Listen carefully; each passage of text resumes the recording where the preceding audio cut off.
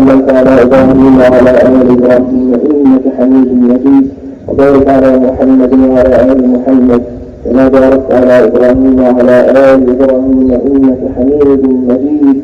اللهم اغفر لنا ذنوبنا وإسرافنا في أمرنا وثبت أقدامنا وانصرنا على القوم الكافرين. اللهم حبب إلينا الإيمان وزينه في قلوبنا، وكره إلينا الكفر والفسوق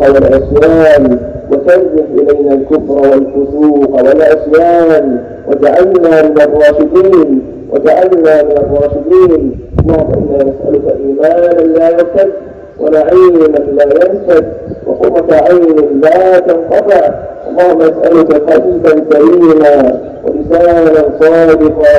نسألك اللهم من خير ما تعلم، نعوذ بك من شر ما تعلم، نستغفرك اللهم لما تعلم إنك أنت علام الغيوب.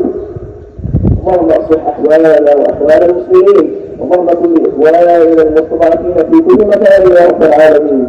اللهم رحمات لاخواننا في غزه والسودان يا رب العالمين.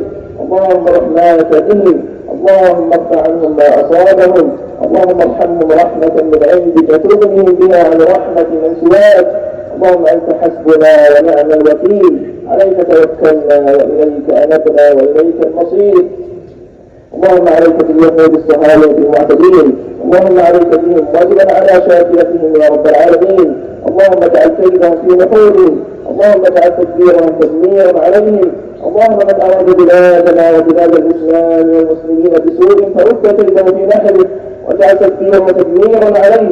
اللهم هيئ لهذه الامه امر رشد يعز فيه اهل طاعتك، ويذل فيه اعداؤك، ويؤمر فيه بالمعروف وينهى فيه عن المنكر يا رب العالمين.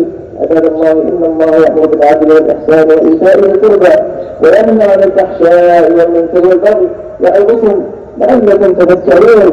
فاذكروا الله العلي العظيم يذكركم واشكروه على نعمه يزدكم، ولذكر الله اكبر والله يعلم ما تصنعون. واقم الصلاه.